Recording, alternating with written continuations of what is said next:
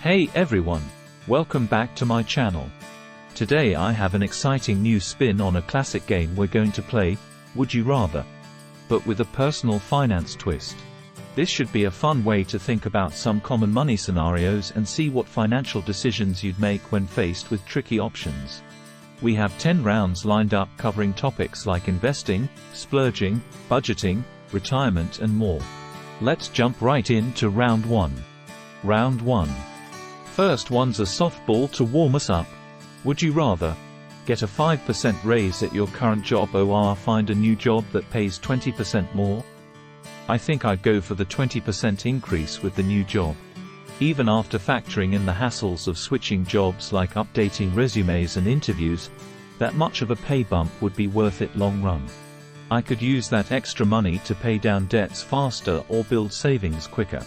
A 5% raise is still nice though, since it requires no additional effort on your end. Okay, on to the next scenario. Round 2. Would you rather save $100 per month for the next 10 years or save $200 per month for the next 5 years? This one is tricky. Should we think long-term or short-term? Over the full 10 years you'd save $12,000 total by putting away $100 monthly. But $200 per month for 5 years would net you $12,000 total also. I think I'd actually go for the $200 per month for 5 years plan. Front-loading that bigger monthly savings gives you flexibility to invest that money earlier and let compound growth go to work. Plus, after 5 years, when you're done saving that much, you could ratchet the savings amount down and free up more monthly cash flow. Alright, on to the next Would You Rather. Round 3. Next up, would you rather get $1,000 cash for free right now or have a 25% chance at getting $20,000 for free right now? This one is thought-provoking. A guarantee of $1,000 immediately is pretty nice. You could use that to chip away at debt, splurge on a vacation or just bolster your savings. But the lure of potentially getting a huge $20,000 windfall would be tough to ignore.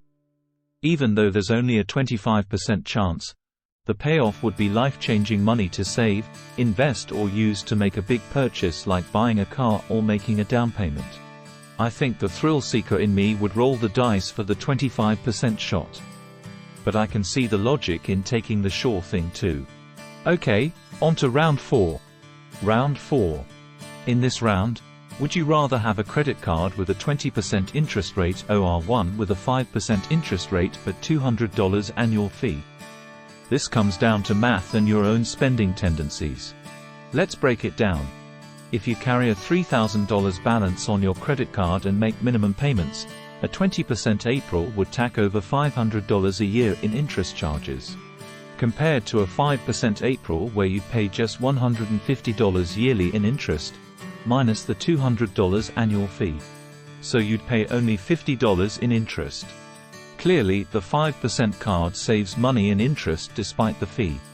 And if you pay your balance in full each month and avoid interest charges entirely, the 5% card is still superior despite that yearly fee.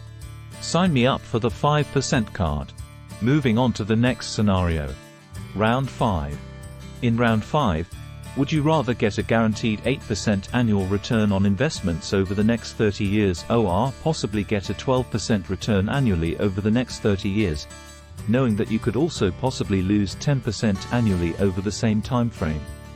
This choice represents the classic dilemma between wanting higher investment returns while also limiting risks. Over such a long time frame, compound growth on 12% returns would lead to a much larger investing nest egg.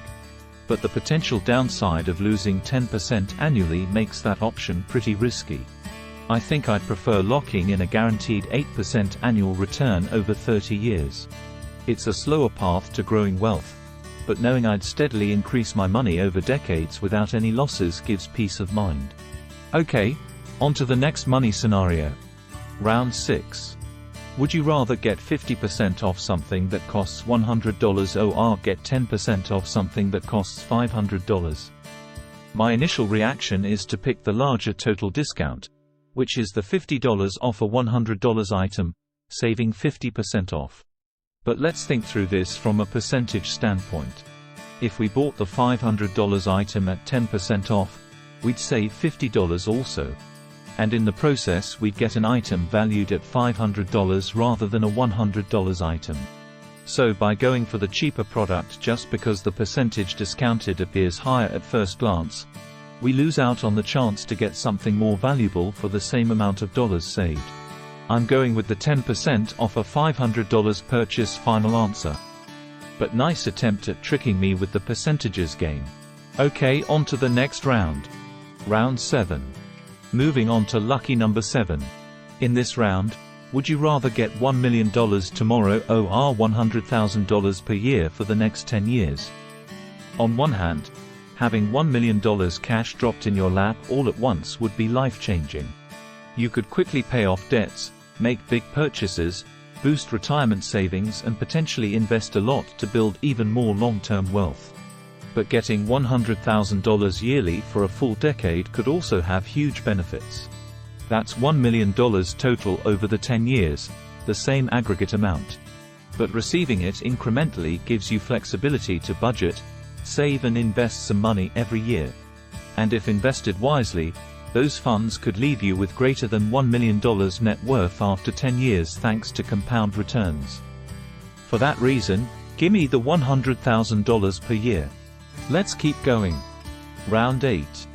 Round 8. Would you rather get paid for the work you do as an employee or run your own business?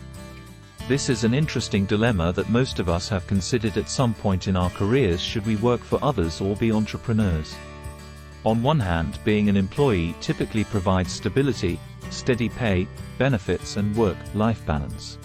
But being a business owner offers more control, unlimited earning potential and the pride of building something yourself.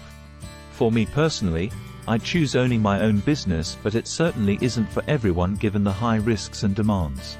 In a perfect world, I could run my own side business for extra income while keeping a day job I enjoy for stability. Okay, on to the next and final scenarios. Round 9. We're nearing the end. Round 9. Would you rather retire early at age 50 with $500,000 in retirement savings or retire at age 65 with $2 million saved up? Another good one. Retiring 15 years sooner would be amazing to enjoy hobbies, travel and relaxation in your 50s with plenty of youth left. But with only $500,000 banked, money might run tight later on if you live into your 80s or 90s. Waiting until the traditional retirement age of 65 gives you more years to keep saving and compounding investment returns. And retiring with $2 million provides financial security no matter how long you live. As tempting as early retirement sounds, I'd have to choose age 65 with the bigger nest egg. Okay, just one more round to go. Round 10. Final round. Would you rather get $1,500 now or a 75% chance at getting $20,000 now?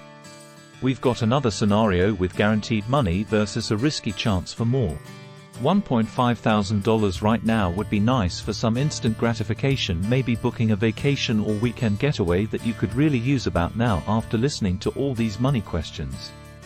But a shot at $20,000, even at just 75% odds, man, that still seems worth rolling the dice to me.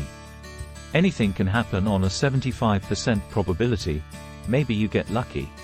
And hey, even if you don't hit the jackpot, $1,500 is still there for the taking, which could bring some joy. At the end of the day, I say go big or go home. I'm going with option B for a chance to score huge. Outro. Alright everyone, that wraps up this Would You Rather style personal finance game. I had a blast running through these scenarios and breaking down my thoughts on each money decision. Let me know how you would have chosen in the comments. And if you enjoyed this one, please smash that like button to let me know you want to see more finance-themed games and thought experiments in future videos. Consider subscribing if you haven't already to get notified about my new uploads. Thanks so much for watching and I'll see you in the next video. Bye for now.